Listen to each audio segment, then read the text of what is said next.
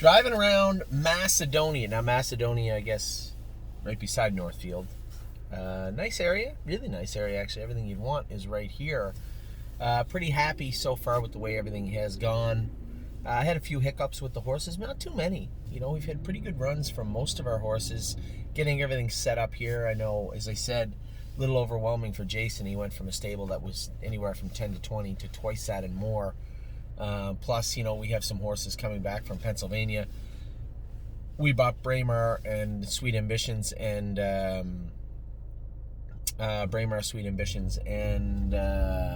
Aglarium back for a week. We'll ship those horses back to Tim, until we find a better solution. I mean, if the horses are a little bit sick, I would rather have them here and treating them under our care. Not that Tim doesn't do a great job. He does a fantastic job. You guys know me by now. I'm the type of guy that, from the old school, you want it done right, do it yourself. So although Jason's in charge of things here, we do have the horse on the other side of the shed row for now. So they'll ship out to Tim and probably stay out there for a bit.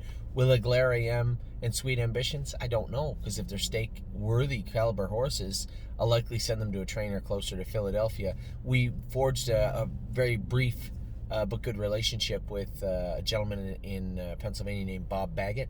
He's not far from Philadelphia. I don't believe, I could be wrong, don't quote me on that, but I don't believe he's too far from Philadelphia. Also not far from Philadelphia is Jim King, and Irv Miller is by the Pocono. So a number of places we could go down in that area. I think when they come anywhere near the Meadows, it'll be Tim, as far as our Pennsylvania horses. And then if we ship them down to somebody else, that I don't really see a problem with that. I know a lot of people have said I'd like to have them stay with the same trainer, the same driver all the time. I'm not of that ilk. Our horses are trained by different people all the time for the most part, and understand their work. And I believe the training we put into them helps a lot of them mentally mature. And, when they go to the track ready, they're ready. So with that being said, we have a number of 2-year-olds to talk about. I'm going to tell you what I saw from the Ontario horses, and especially after talking to the people that went with the Ontario horses, and then what I saw from the horses here, and what I have ascertained by talking to the trainers that went with them here also. So we'll start with Almost There Boss, as we always do. Almost There Boss, I thought trained well yesterday. Got a little rickety down by the wire, but he'll do that from time to time. I think the most important thing is we're getting his hobbles out a little bit and keeping them out right now, which I think is important for this colt. He's got a long gait. I don't want him coupled up. I want him stretching out.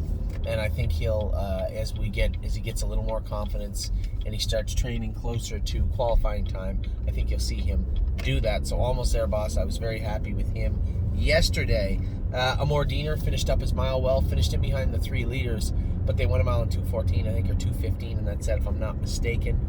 So good mile, around 15 or 16 for Amor Diener. Arches Rainbow went very well yesterday. She's continuing to get better and better and better. This is what I want to see from this filly. Johnny did a great job with her yesterday. We did make some shoeing changes with her. We'll continue to tinker with her. Still thought she labored a bit in the turn, but didn't make a break. And Johnny kept her together well and had her advancing in the last turn, so you can't really ask much more than that from that filly. Better Be Sawyer was flying on the end of it. This filly is a great, great fit for Harry Polton. He'll like her and she'll like him. This will be a good fit for both of these guys heading into the summer racing season. Blue Bayou Dio looked confident yesterday, I think. Very confident, and that's the way to put it. James was very pleased with her. She's got under James's skin a couple of times, that filly, where he said she drives me crazy when she makes those breaks for no particular reason, especially I may throw fuel on the fire by making fun of him a little bit when she runs. But she certainly didn't run yesterday. She toyed with them, looked very, very good, and I made note of it in the video. If you watch her ears, the whole last 3/8 of the mile, up, she's just playing. Her ears are up, looking around, goofing off. Come out of the turn, James asked her for trot, and she sprinted through the wire. I thought she looked incredible. They definitely have done a great job with her, and she's definitely rounding into form very, very nicely. Bomb Hugger finished up 4th yesterday. I think, we put her back in neutral. I like what I've seen from this filly. She is coming to Northfield Park, and she will love the turns here at Northfield Park. This filly's got a long year of half-mile tracks in front of her, and I really, really like what I've seen from Bomb Hugger. Can't wait to get her over here. Century Invictus looked good again. Another horse, just kind of mid-pack guy, right? He just kind of hangs out in the middle of the pack, but I think when push comes to shove, the breeding will come out. Bettor's Delight, strong family. He's put on a lot of bulk and a lot of size. I think this is going to be a nice colt for us this summer. Confederate Cruiser was good yesterday. Finished up right behind Isa 10 and Luck of the Dragon. Two very nice horses in their own right. We won a mile and 15 off a half and 10. Sprinted pretty good on the end of it, 32 seconds in the jog cart or so. So I would say I was very happy with that entire set, and certainly happy with Confederate Cruiser. Duke Dio is back with us now. Jared Bothwell pulled pins. He's gone to New York. I believe he asked if he could drop the horse off Saturday, so he did drop him off. It's my understanding he did.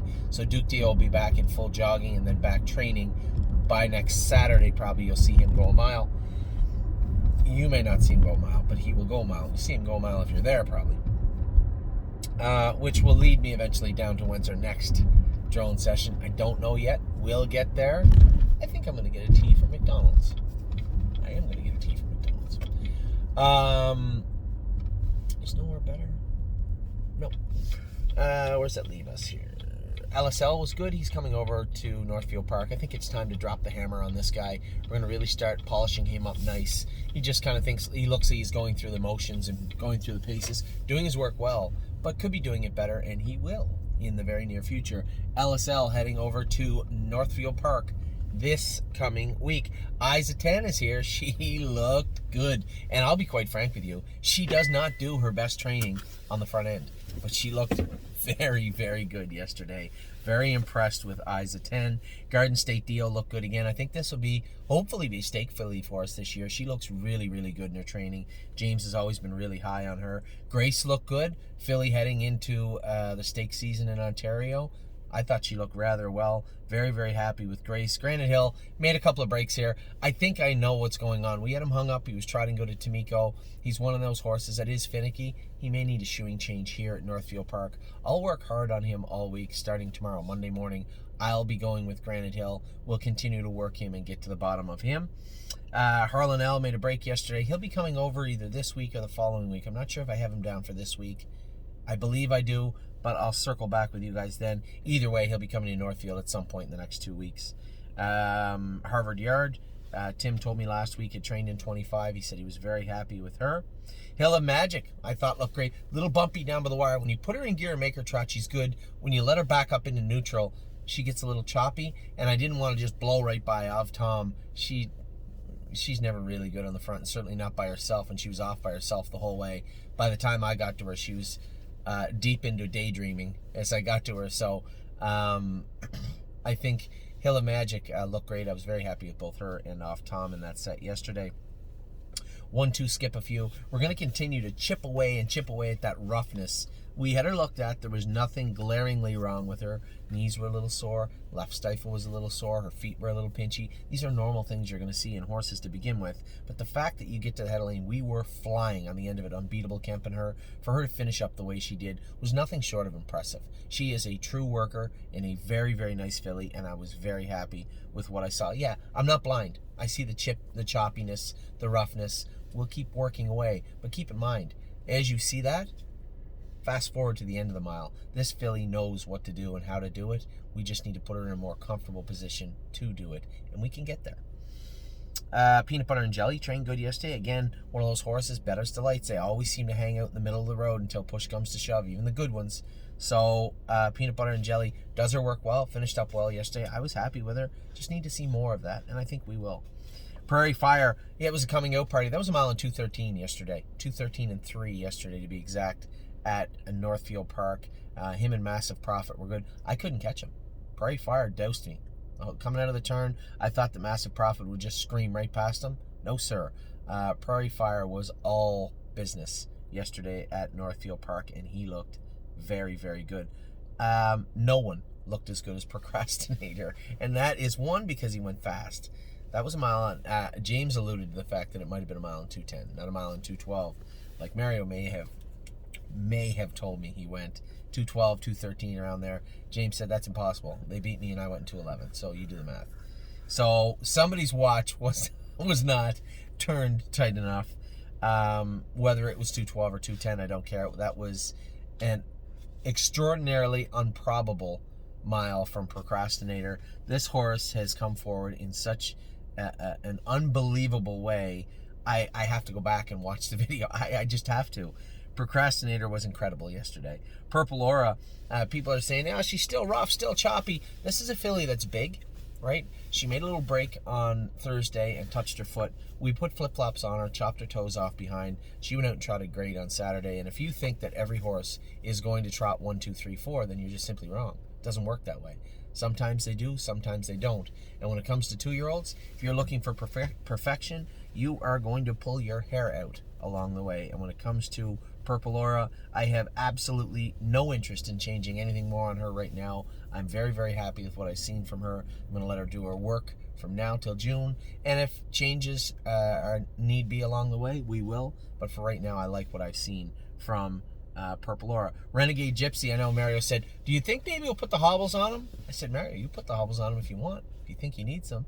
I know he's going to move to those useless belly band hobbles that I have no use for whatsoever for the most part. But if he needs a little help, he needs a little set of training wheels for a bit, I said to him, go ahead. I'm not worried about Renegade Gypsy getting there. I know he'll get there. He's never shown an ounce of lameness, ever, in his life.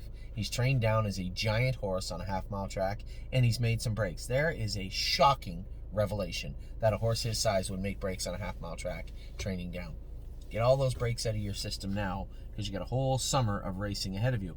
Resolute Bay, Johnny's done a great job with this horse. He looked very, very good again yesterday. Very happy with him. Rose Above It. Stayed trotting.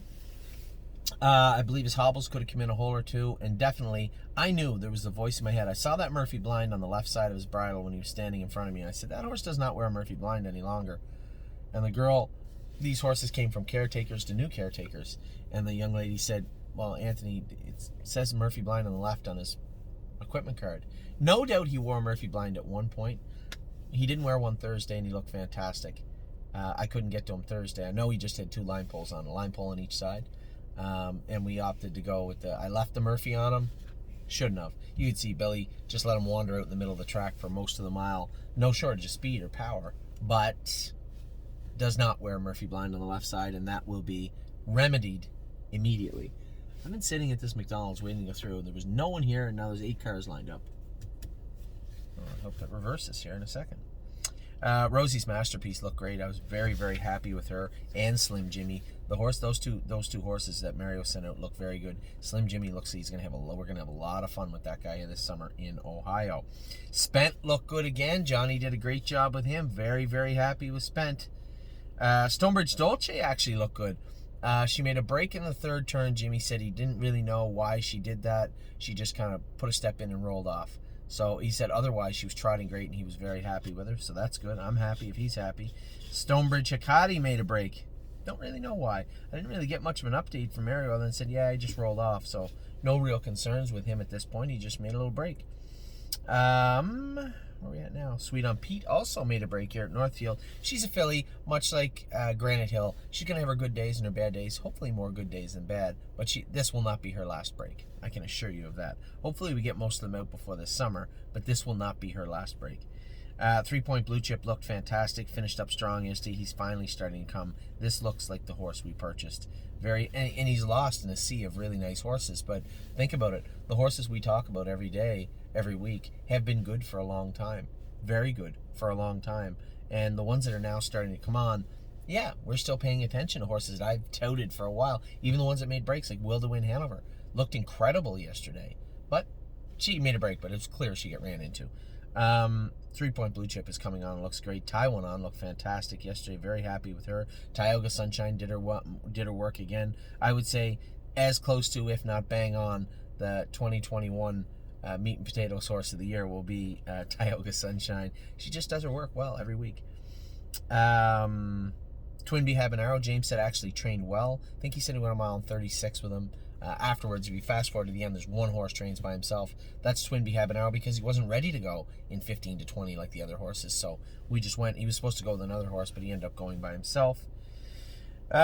Twinkle in Her Eye. You got to have this filly on a helmet, glued to a helmet, and have her in race mode. And if you don't, that's what she's going to look like. So I'm not really that worried about her. You really just have to train her like she's going to race in an hour. and not like she's going to race in 2 months. If you do that, I think you'll find much better results with Twinkle in Her Eye. This lineup's just getting worse. Unbeatable Kemp was awesome too yesterday. Jason really liked him. A lot of pressure. Amy loves this horse. She's sitting in the bleachers watching Unbeatable Kemp go, and I said to Jason, if you just keep him comfortable to the head of lane, they can't trot with him. They could, because he did not get past 1-2 Skip a few. He got right to me, but he did not get by her. But we were really smoking on the end of it. She looked good, and he looked very, very good also. This could be a very, very nice colt for us. He's a little bit ahead, maturity, physicality, a little bit ahead of 3 Point Blue Chip. Lots of time to catch up, but still a tiny bit ahead of him just yet. You Gotta Believe was great again. Billy loves this horse. He trained awesome on Saturday. Not quite as awesome as Voyage of Ice and Fire, but pretty awesome. Voyage of Ice and Fire was sensational again. Actually, I think he tied up a little bit either yesterday or Thursday. We did have Matt's MVP tie up. Did I go right past Matt's MVP? Where is he? I jumped over a pile of horses here. I said Hill of Magic was good. My apologies. If you're watching this, I apologize. I missed about 5 horses here. I went from Harvard Yard to Hill of Magic, and then I jumped to Of Tom. I can see what happened here. My fault.